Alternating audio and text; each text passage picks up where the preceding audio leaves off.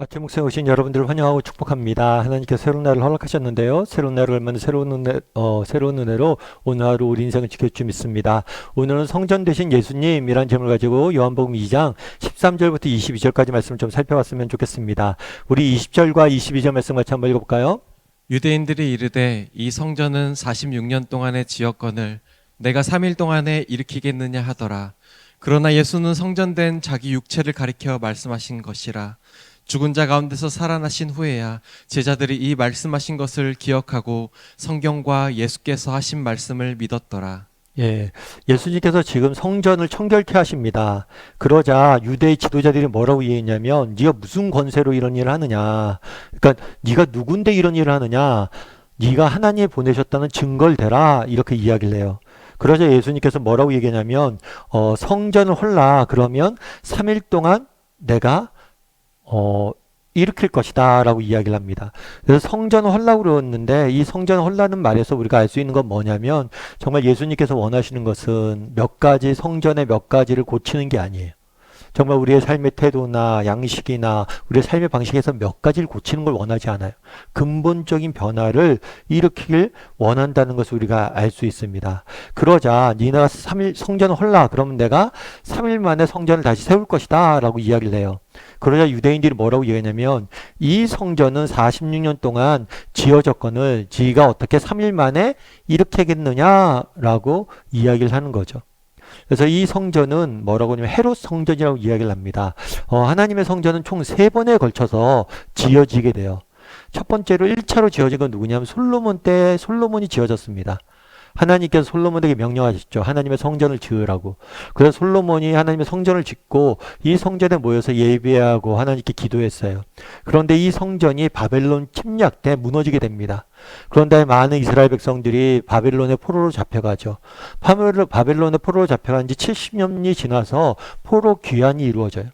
그때 포로로에서 돌아온 사람들이 다시 성전을 재건하기 시작합니다. 수룹바벨을 중심으로 다시 성전을 재건하게 돼요. 그게 바로 2차 성전입니다. 근데 이 2차 성전은 나중에 로마에 의해서 다시 한번 무너지게 돼요. 그래서 3차로 헤롯 대왕 때 성전을 짓게 돼요. 그래서 이 성전이라고 얘기하는 성전은 뭐냐면 예루살렘 성전을 의미하는데 3차 성전을 의미하는 거예요. 특별히 이 성전은 46년 동안 지어졌어요. 그래서 이야기하는 거죠. 이 성전이 46년 동안 우리가 지었는데 네가 어떻게 3일 만에 짓냐라고 이야기한 거예요. 그런데 나중에 이 예수님께서 말씀하시죠. 너희가 성전을 헐라. 그러면 3일 만에 내가 다시 지을 것이다 라고 말씀하셨는데 이때 성전은 무엇을 의미하냐면 자신의 육체를 가리켜 하신 말씀이다 라고 이야기를 해요. 그래서 예수님께서 성전을 헐라 그러면 3일 만에 세울 것이다. 이것은 뭐냐면 예수님이 나중에 유대 지도자들에 의해서 죽음을 당하게 됩니다. 그런 다음에 3일 후에 부활하게 돼요. 그래서 예수님의 죽음과 부활을 이때 암시적으로 나타낸 거죠. 성전을 너희가 헐 것이다. 즉 너희가 나를 죽일 것이다. 그런데 내가 3일 만에 부활할 것이다. 지금 뭘 물었냐면 당신이 성전을 깨끗이 청결케 하셨는데 도대체 당신이 무슨 권세에 이렇게 했느냐. 그 증거, 하나님이 보내셨다는 증거를 보여달라 라고 이야기해요. 그러자 나중에 예수님께서 무엇이라고 답한 거냐면 결국에는 이 부활이 증거일 것이다. 내가 부활할 때 그때 너희는 알게 될 거란 거예요. 내가 하나님의 아들이고 하나님의 보내셨다는 사실을 너희가 알게 될 것이다 라고 이야기한 거예요.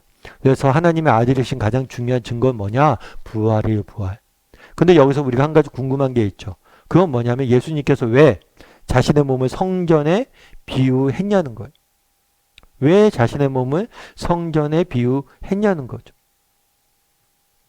그럼 왜 예수님께서는 자신의 몸을 성전에 비유했을까요? 여러분 성전은 어떤 곳이에요? 성전은 우리가 하나님을 만나는 곳이에요.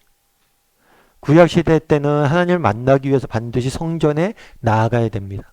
그럼 여러분 우리 오늘은 어때요? 오늘은 성전이 있나요? 없나요? 성전이 지금 더 이상 없어요. 왜 성전이 더 없어요? 예수님 말씀대로 성전이 헐어졌죠. 허물어졌어요. 더 이상 성전이 없어요. 왜 그럼 우리는 성전이 없고 왜 성전을 다시 만들지 않죠? 이제 우리는 예수님을 통해서 성전 대신 예수님을 통해서 언제든지 하나님을 만날 수 있기 때문이에요. 여러분 성전이 왜 필요할까요? 왜 하나님께서 성전을 만들라고 그랬을까요? 원래 인간은 하나님과 함께 지내도록 지음받은 존재입니다. 그런데 인간이 하나님께 불순종하고 범죄했어요. 그래서 이제 죄인인 인간이 하나님 앞에 직접 나갈 수 없어요.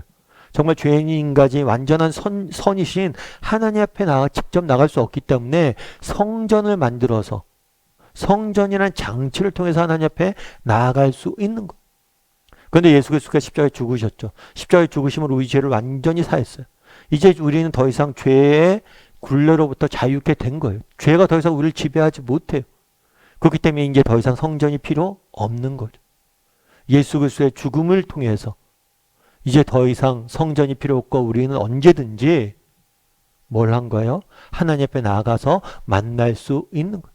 그래서 오늘 본문에 예수님께서 성전을 헐라 라는 말씀을 중심으로 자신이 누구인지, 자신이 이 땅에 오신 이유가 무엇인지를 보여주는 거예요. 예수님께서는 이 땅에 오신 이유는 무엇입니까? 죄로부터 우리를 구원하기 위해서 오셨고 십자가에 죽으심으로 우리의 죄를 완전히 뭐예요? 사하여 주셨기 때문에 이제 우리가 의인의 옷을 입었기 때문에 더 이상 성전이 필요 없는 거예요. 언제든지 하나님을 나가서 하나님 앞에 나가서 하나님을 만나고 하나님 앞에 교제 나눌 수 있는 것. 그래서 예수님이 성전 청결을 성전을 허는 것 그리고 십자가의 부활과 연관지어서 말씀하신 이유가 여기에 있는 거예요. 그럼 우리는 한번 돌아볼 필요가 있겠죠. 정말 우리는 이제 성전이 더 이상 필요 없습니다. 우리는 언제든지 예수 그리스도를 만날 예수님의 은혜로 하나님 앞에 나가서 언제든지 만날 수 있어요. 그러면 이것이 얼마나 놀라운 은혜인지 알고 있냐는 거예요. 이제 더 이상 성전이 필요 없고 이제 우리는 언제든지 하나님의 앞에 나가서 만날 수 있는데 그럼 우리는 얼마나 만나고 있냐는 거예요. 제가 예전에 한번 책에서 읽은 이야기인데요. 중국 목사님 계세요. 이 목사님 같은 경우에는 사실 중국이란 곳이 종교의 자유가 없습니다. 뭐 삼자 교회가 있고 뭐가 있다. 그런데 실제로 종교의 자유가 없는 거예요. 그래서 예수님을 믿는다는 게 결코 쉽지가 않아요. 그런데 이분은 중국에서 예수님을 믿었어요. 뿐만 아니라 예수님 믿어서 목사까지 됐습니다. 그 사실 이거 굉장히 매우 위험한 일이에요. 결국에는 공안에게 들켰어요. 중국 정부에 발각이 됐어요. 그래서 감옥에 갇히게 됩니다. 감옥에 갇히게 됐는데 감옥에 가면 이제 노동을 하잖아요. 노동을 하는데 제일 힘든 노동을 시키는 거예요. 왜요? 악질로 분류가 됐으니까. 저놈은 죄인 중에서 제일 위험한 죄인이다 그래서 가장 힘든 일을 시킨 거예요. 그럼 가장 힘든 일이 뭐였냐면 힘든 일 중에 하나가 뭐였냐면 수용소에도 사람이 이제 대소변을 할 거 아니에요. 그럼 이 대소변을 치우는 일, 인분을 치우는 일이 제일 힘든 일이에요. 그래서 그 일을 시킨 거죠. 정말 그 냄새나고 고약하고 역겹고 더러운 일, 사람들이 정말 하기 싫은 일을 시킨 거예요. 근데 이 목사님도 시키니까 했어야 되죠. 근데 나중에 보니까 이 일이 굉장히 자기한테 유익한 거예요. 왜 유익할까요? 인분을 치우다 보면 그게 냄새가 지독하잖아요. 더럽잖아요. 그러니까 자기를 감시하는 사람도 멀찌감치 떨어져서 자기를 감시하는 거예요. 야, 똥 치우러 가. 그리고 저 멀리 있는 거예요. 그러니까 그곳에 가서 똥도 치우면서 정말 조용히 찬송도 부르고 기도도 정말 조용히 할 수 있고 정말 냄새나고 더럽고 너무나 역한 현장인데 정말 그곳이 하나님을 만날 수 있는 곳이었다는 거예요. 그래서 나중에 묻습니다. 어떻게 하면 그 어려운 감옥 생활을 이겨낼 수 있었습니까? 그래서 그 얘기를 한 거예요. 내가 똥 치우는 일 때문에 이겨낼 수 있었다. 똥 치우는 일이 중요한 게 아니라 그곳에서 만났던 하나님. 정말 그 하나님과 만나면서 하나님 주시는 정말 은혜. 그런 걸 맛보니까 뭐예요? 이겨냈다는 거. 참 이 이야기를 듣고 참 여러 가지 생각이 들었어요. 여러분 구약시대 사람들은 성전을 만들어서 이 성전에 나가서 예배하기 위해서 정말 수백 킬로를 걸어오기도 하고 저 멀리서 오기도 했습니다. 아까 얘기한 중국의 목사님은 정말 하나님을 만나기 위해서 똥 치우는 곳에 가서 그 힘든 일을 하면서 하나님을 만났어요. 그런데 우리는 어때요? 우리는 언제든지 무릎을 꿇기만 하면 하나님 만날 수 있잖아요. 그런데 우리는 정말 만나고 있나요?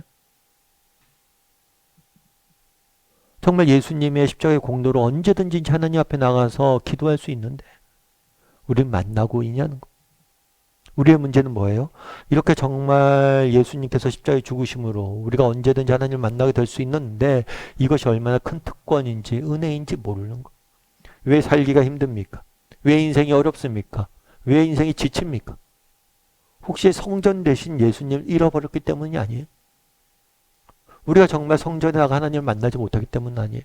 언제든지 나가 만날 수 있는데 무릎만 꿇으면 어디서든지 우리가 만날 수 있는데 그 무릎을 못 꿇기 때문 아니에요. 이 시간 우리 한번 돌아봤으면 좋겠습니다. 정말 나는 얼마나 정말 하나님을 정말 언제든지 하나님을 만날 수 있다는 걸 특권인지 알고 하나님을 만나는 사람인지 그런 사람이 되길 주님의 이름으로 소원합니다.